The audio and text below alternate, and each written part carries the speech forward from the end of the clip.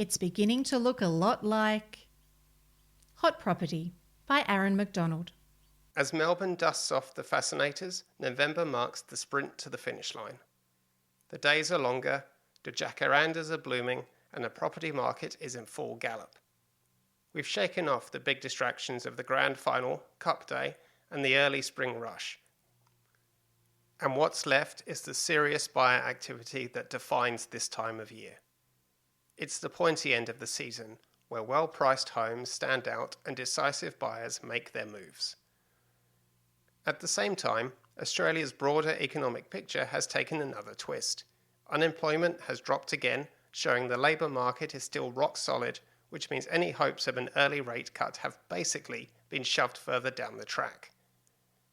But elsewhere, things aren't as sharp.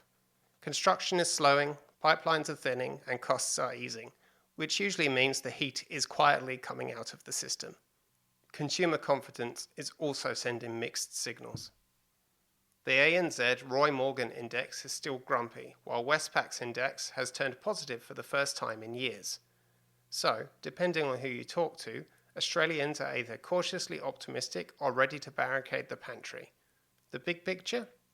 The economy is softening in some spots, holding firm in others, and giving the RBA a bit of a headache. But for the property market, especially here in Manningham and Nillumbik, it's steady as she goes, with clearance rates sitting north of 70%, competition still healthy, and private sales ticking along nicely. With only a handful of weekends left before the Christmas party slowdown, momentum is very much on our side. While barbecues fire up, school concerts fill the calendar, and talk turns to summer holidays, the market is still humming. And the best deals of the year often happen right now, before the tinsel goes up and the champagne pops. Around the grounds, investors are back and having a red-hot go. Investors are sliding back into the sub-$1 million lane, calculators out, yield front of mind. Case in point, we've just sold a 3-bedroom brick veneer to a Queensland mum and dad investor who had a red-hot go at the property. Their brief was simple: clean home, low upkeep, solid rentability, and numbers that stack. Why Melbourne? Why now? Up north, the Queensland market's been on a strong run for years, and while Melbourne hasn't posted the same headline growth since COVID, interstate buyers are reading that as an opportunity.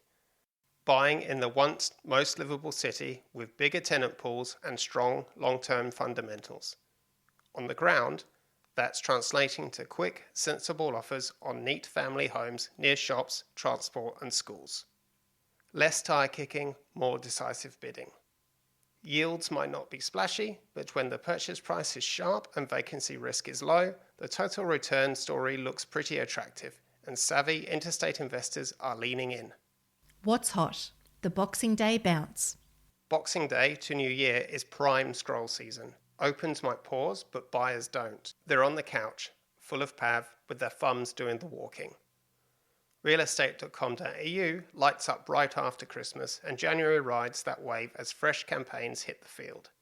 Translation: preload your ad, flip the switch on Boxing Day, and let the holiday browsers binge on your listing. It's a lazy summer for everyone else, but it's peak eyeballs for you. Why it works? Buyers are off work, on the couch, and planning moves for the new year. Engagement spikes after Christmas. Fresh stock in early January rides the post-holiday uplift in new listings and buyer choice, keeping eyeballs and inquiries high. Many networks now plan Boxing Day launches, specifically to capture that audience. It's no longer downtime. How to play it? Preload the ad assets before Christmas, photos, copy, floor plan, video, then flip the switch on Boxing Day. Use a Premier Luxe style upgrade for visibility in that crowded window.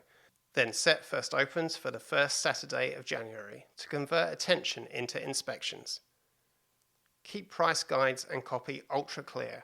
Holiday browsers won't dig, but they'll shortlist fast. Fast facts. Subject to finance. And the sneaky extra 2 days. Most buyers think the finance date is a hard cliff. In Victoria, it's usually a platform with a small safety rail.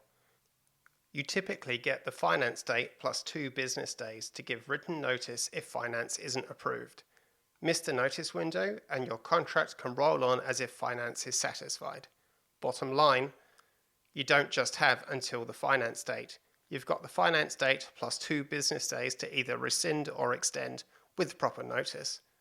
Use the time, use your broker, and don't let the clock beat you. What's next? If you're taking time off, soak it up with long lunches, slow mornings, time with family and loved ones. Melbourne does summer beautifully. Let's let it. The market will be right here when you're back. Wishing you a very Merry Christmas and a safe, restorative break. I'm looking forward to keeping you updated through 2026, a year that's shaping up to be balanced, considered and full of opportunity. About Aaron. Aaron McDonald is a partner and auctioneer at Fletcher's Real Estate Warrandyte. Advice in this column is of a general nature.